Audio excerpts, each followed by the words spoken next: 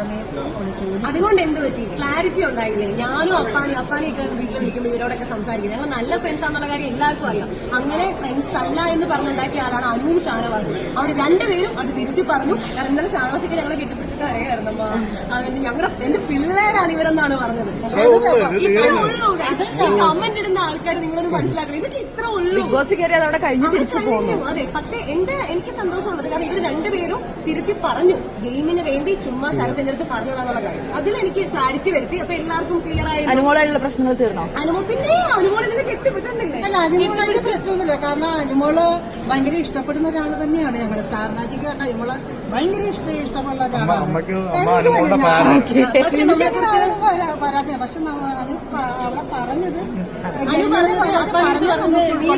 ഒരു പാവപ്പെട്ട പെണ്ണ് പുറത്തു പോയെന്നാ പറഞ്ഞത്. സോ അത് കേൾക്കുമ്പോൾ നമുക്കൊരു ബുദ്ധിമുട്ടാണ്. അത് കേട്ടിട്ടാണ് കുറെ ആൾക്കാർ നെഗറ്റീവ് പറഞ്ഞുണ്ടാക്കിയത്. സോ എല്ലാത്തിനും ഒരു ക്ലാരിറ്റി ഉണ്ടായി. അതിനിടയ്ക്ക് മസ്താനി വന്ന് ചോദിച്ചു മേടിച്ചു അമ്മ എന്ത് പറയാനാണ്